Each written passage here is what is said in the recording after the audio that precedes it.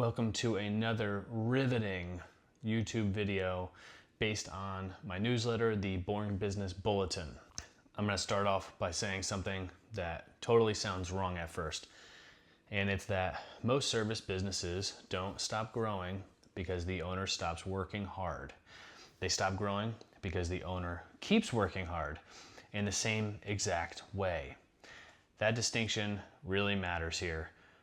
Because I had a conversation with somebody in the industry recently, and we circled back to that same topic, sticking to the things you do best, and how hard that becomes once the business starts to really grow. Early on, doing everything works. You know, this is phase one. Why brute force works. In the early stages of service business, brute force is a legitimate strategy. You answer the phone, you run the jobs, you sell, you market, you do the admin, you put out all the fires, and progress happens. There's no doubt about that. It's not because the system is good, it's just because you're everywhere and you can be everywhere at that time. Effort directly converts into output. So your brain learns a very dangerous lesson early on. If I just do more, I'll move forward. That lesson is true until it's not. And eventually the business hits a size where effort stops being the constraint. Structure becomes the constraint. And that's where most owners truly get stuck. It's the invisible problem. The part that's hard to see when you're inside of it is the invisible problem. Most owners at this stage are not lazy, they're not checked out, they're not unmotivated by any means. Their effort is just spread across too many low leverage decisions. They're busy all day, but busy on work that doesn't compound into anything. This is why the business feels really heavy. It's why growth is slow, and it's why burnout is a real thing. And again, it's not because effort dropped, but it's because effort's pointed in the wrong direction. And so the zone that actually matters, it's actually a simple concept that explains this. Your highest value work lives at the intersection of what you're good at, what you enjoy enough to sustain, and what creates disproportional impact. That overlap is really, really small, and it's very fragile. When you're in it, the business moves forward with less effort. When you drift out of it, you don't crash, you just start to run in place. And here's the trap. It's that the work that pulls you out of that zone often does feel productive. And so here's a personal story. I learned this the hard way during a big growth phase in my business many years ago. When things got really stretched, I stepped back into the operations. I literally got in a truck and I picked up the slack. I dealt with the customers. I filled that gap.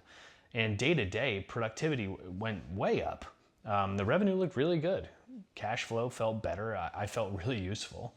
But quarter over quarter and year over year, my growth really slowed. Because every hour I spent doing work someone else could do was an hour I wasn't doing work that only I could do. It was strategic work, design work, decision making, system building. That's a big one. The stuff that doesn't feel urgent, never does, but it actually scales the business. That delay cost me time that I'll never be able to get back. And here is where this gets very dangerous. Service businesses naturally reward speed, availability, and being the one who just handles it. Those behaviors keep things moving today, but over time, the business starts to depend on those behaviors. And once that happens, the system punishes leverage. The owner becomes the bottleneck, actually. The team waits. Everything runs through just one person. Imagine if you get hit by a bus. The business looks busy, but it's actually stuck. And your chances of burnout go way up, and no one can seem to explain why that happens. And so this is the moment when the 80-20 principle stops becoming something you read about and hear about, and something that is real to you. And the question is no longer, how do we do more?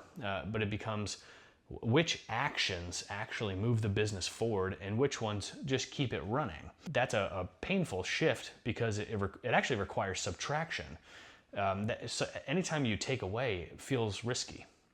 And as an owner, your role has to evolve through the stages of your business. Early on, doing everything is necessary, but later on it becomes a real problem. And eventually, your job is to work on the business as much as humanly possible, doing the few things that only you can do that create the leverage that your business really needs. And the frustrating part is that the work rarely feels urgent. And there's really no immediate feedback loop. It looks just like thinking and designing and deciding, removing friction, which is why most owners avoid it. What mattered at $300,000 a year does not matter at $1 million. And what mattered at $1 million doesn't matter at $3 million. But most owners keep operating like they're still in that early stage with their old habits, their old definitions of productivity, and the old effort patterns. That's one of the fastest ways to cap your growth. And so here's the principle that I wish I had understood sooner. A growing business must intentionally protect high value work, or the business will eliminate the possibility of you ever even having a chance to do it. And the same applies in your personal life too. If you don't set quitting times, boundaries, structure, everything expands just to fill your day. And here is the warning for you. If you don't define what high leverage work looks like at your current stage, your business will define it for you. And it will choose urgency over progress every single time. And so the businesses that continue to grow, they're not doing more in the way that people think. They're doing less, and it's with purpose. Less chaos, less reaction, less low value work. The work that gets cut doesn't disappear. It's reassigned, systemized, delayed, or removed. A lot of what we do doesn't need to be done. And that's not being lazy. That's showing true discipline. And that is what actually scales a service business.